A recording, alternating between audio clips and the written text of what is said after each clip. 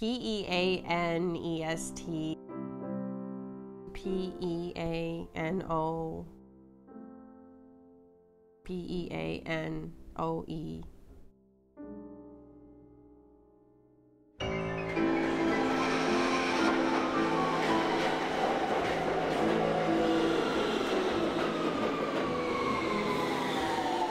All I remember is equating whatever it is you choose to do, that means that's what you'll always do. If you play for a living and you perform for a living, that's what a pianist does. And so that's what I wanted to do.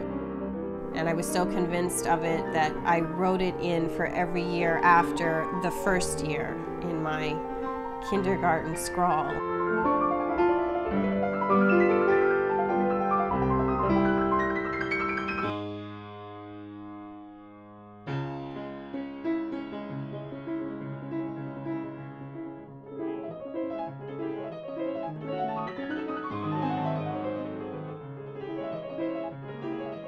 My name is Mira Armij Gill. I'm from Salt Lake City, Utah. My father is Punjabi. My mom was born in Utah. She's American. My mom wanted me to have a hobby, so she said to her it was like being a monkey on a stick. She had this analogy that then you stay out of trouble and you always have something to do. She loved classical music and loved Chopin. My dad wasn't too interested in me taking lessons. He told me I could be anything I wanted to be at one point. He said, you could be president of the United States. I thought that was an insult. Why would you say that? I want to be a concert pianist.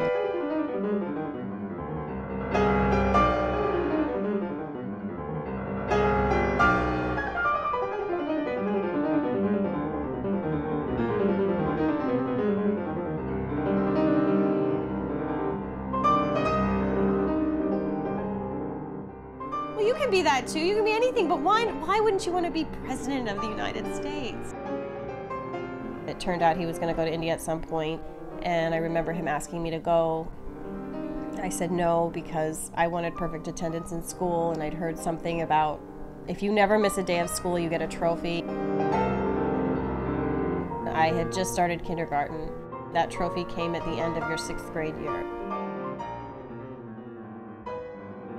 It turned out by not going to India, I had the chance to start piano lessons, hoping that if I liked it, he'd let me continue and have the heart to make me stop. It was in the winter, the day that my mom took me for the lessons. I had been in the backyard making snow angels.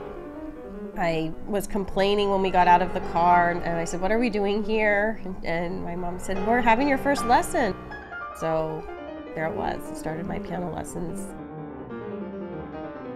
By the 3rd grade, some of the boys would call me Mrs. Beethoven. To me, that was like a badge of honor. Practicing, you're alone, it's grueling, but I upped my practicing enough that I was excelling at a fast pace. I heard the idea of doing competition. I saw that there was actually something you could go spend your practicing on.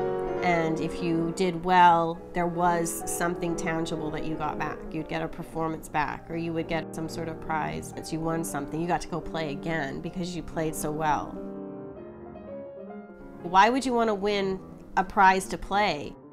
You get to go play to be criticized in public, and that's a prize, and we'd be really thrilled. You may not even get any money with that prize. You just get, you know, 1st place or 1st place alternate, and that's the prize.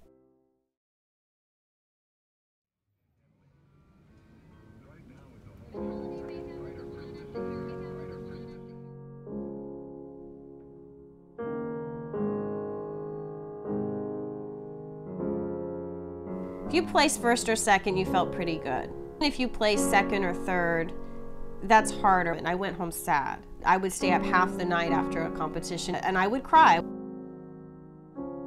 I was okay with losing if my teacher was pleased with my playing. If she'd see that you played the best you could play, as long as you didn't go in and slop through anything. If there's some part that you would have come up from a lesson from the past, it wouldn't have been okay.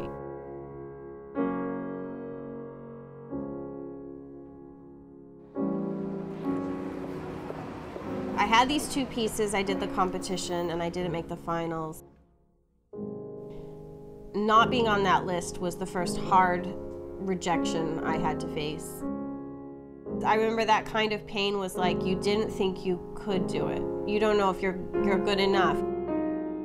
My mom's reaction was, we'll never do competitions again. I was crying and upset, but I knew the finals were the next day. I had every intention of going. I didn't make the finals. I want to know why. I want to hear who made the finals and what they played. It was hours. It was every single round. I couldn't gauge how good or if someone was better than someone else. I just knew they all must be better than me because they made the finals.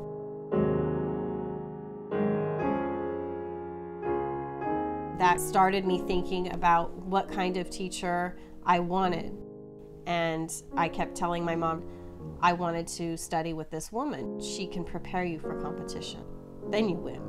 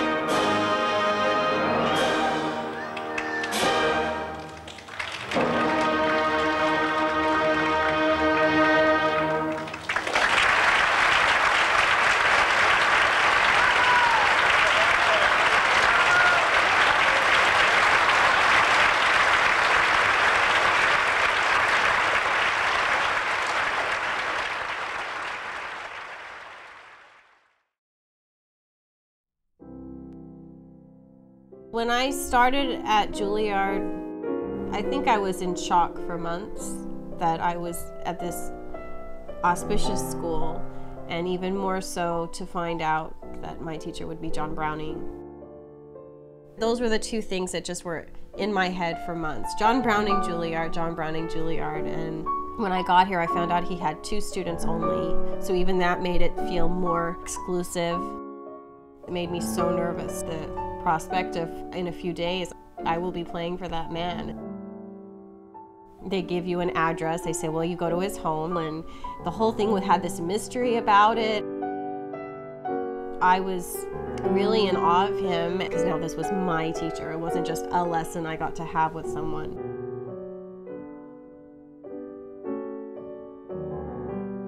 To hear people practicing, you really don't feel like you're anybody at a conservatory. Everybody is better. Everybody is better. I felt like I was at the bottom of the pile, and I you know, everybody has to be really good to get in, so you know that you've gotten in, so you must be good. So in the first months, who do you study with? Oh, and my friends would introduce me, this is the John Browning student. People's voices were, oh. So I think at least it gave me a sense of place. It gave me some self-esteem. I needed that to balance how low on the rung of the ladder I felt too.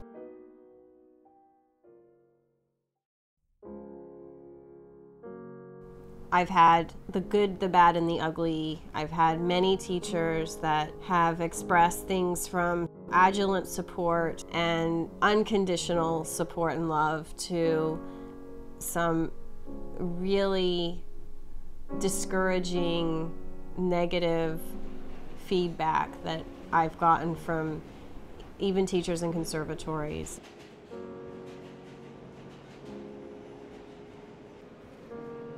Some teachers have a cap on when potential is taken into consideration. Some keep in mind there's a certain amount of growth that's always still possible. You don't realize that maybe they have a cap on what they think should be done by this time, depending if that's your late 20s or your mid 30s.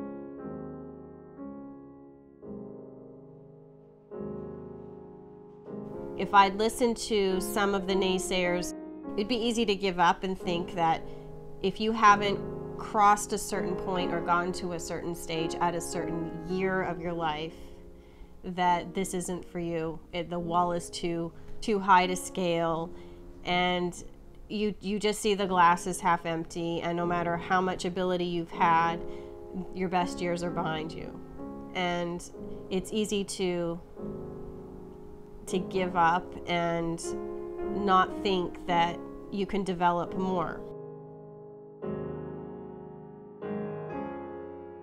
And on two, just like that. And on two. Stop on this one. So with my own students, even when they struggle, I try to find something that will fit what they do best, because I know the value of their musical study isn't to be a concert pianist only. There are many skills that are being tied together that are hidden, and they happen in the brain very subtly that help them with problem solving. Note, half note. It helps them with judgment, it helps them with discipline, it helps them with time management. But problem solving, I think, is huge. 1 and 2 and. See if you can do that. Because they have to stick with a passage or a particular skill, and they have to resolve it, and it develops character. You have to go and take criticism all the time. That's it. Some kids might have mechanics that don't fall into place until years later, and some may not have it. But if they can't play fast, why not give them something lyrical and teach them how to play beautifully in another way, especially if they have the desire to play. When I see a kid that really tries and tries, I recognize that from when I was young, and I wouldn't just give them some horrible, easy piece to click around. You still want to find something they can do that they can shine, because then they'll get the recognition that they deserve, and they've developed a skill too. So the teacher has to know what's what. If they can't tell what's you and what's the mechanics, then they just think that's your ability. This is your level of ability.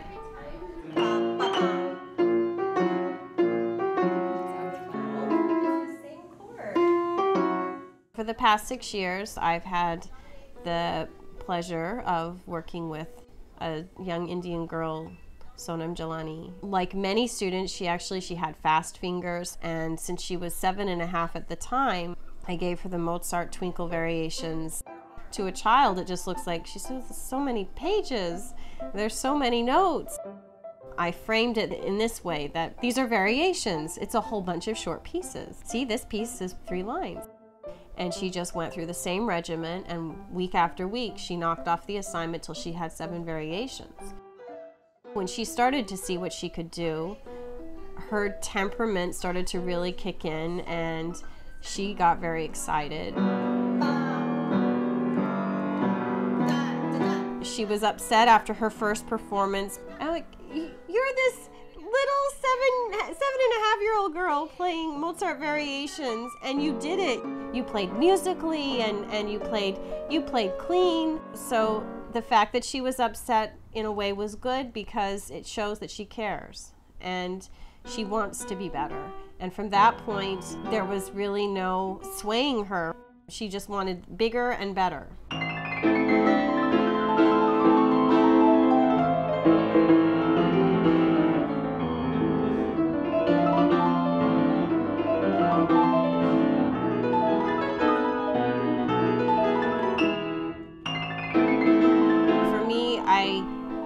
I remembered at her same age asking for the same piece and being told I couldn't play it, and it was just a strange deja vu to hear her clamoring for the same piece, and then she did prove that she could do it.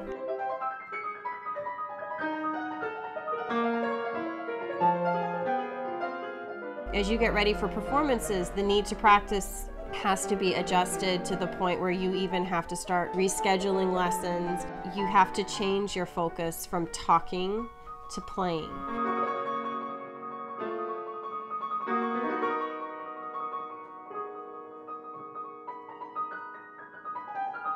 You expel less energy by not speaking a lot.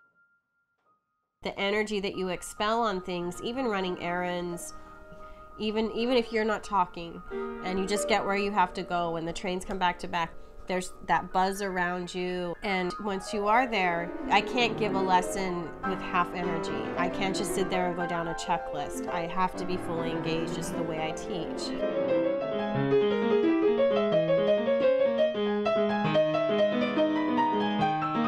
The need to cover all of the pieces starts to become more pressing.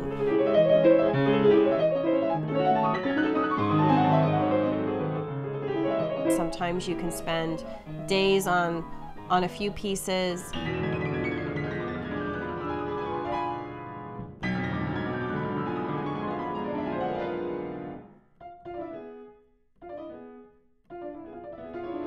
Each piece has its own sound world and it has its own emotional content. So when you're performing it, you have the chance to convey that, and that's where my attention stays.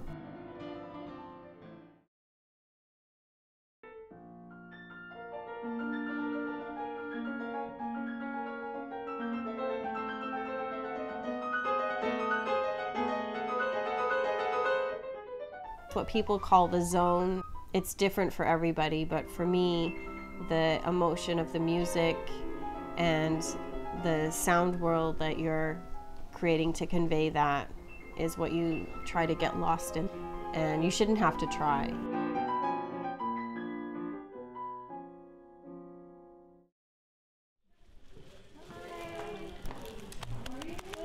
In music, we tend to be told we're successful if everything we're doing seems to be either supporting what we're doing or especially is within the field of what we're doing.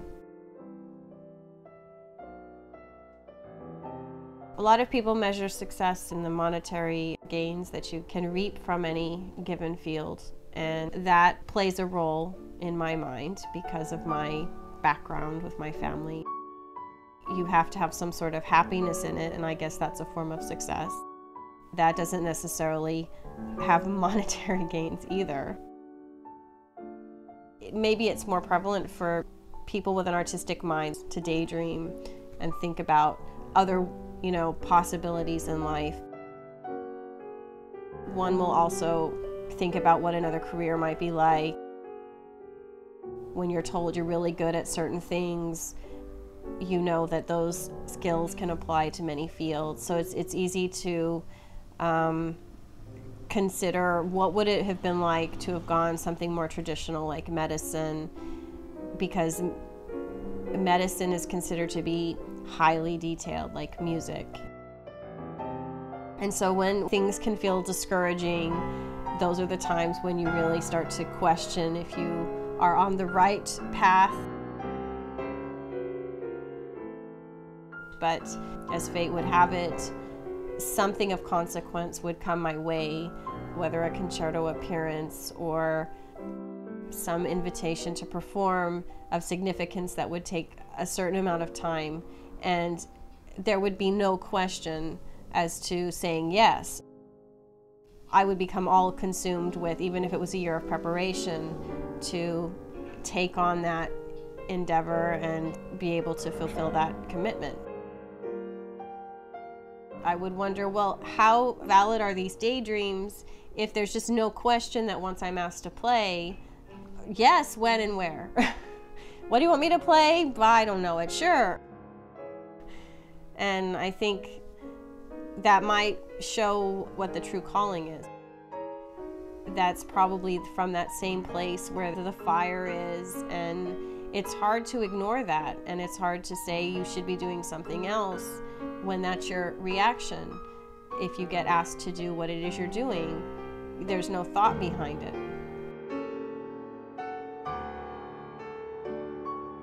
Whenever I would get to a point in my pieces early on that I you just don't think you'll ever get it. You're at the point where you can play it, but you have to play it faster. You have to play it better. And you don't think you can do it. You really think it's impossible. It's not a matter of time. It won't happen. It's just too hard. And the only way you go on from that point is to think back to something you felt the same way about, and not only did you do it, you won a top prize with it.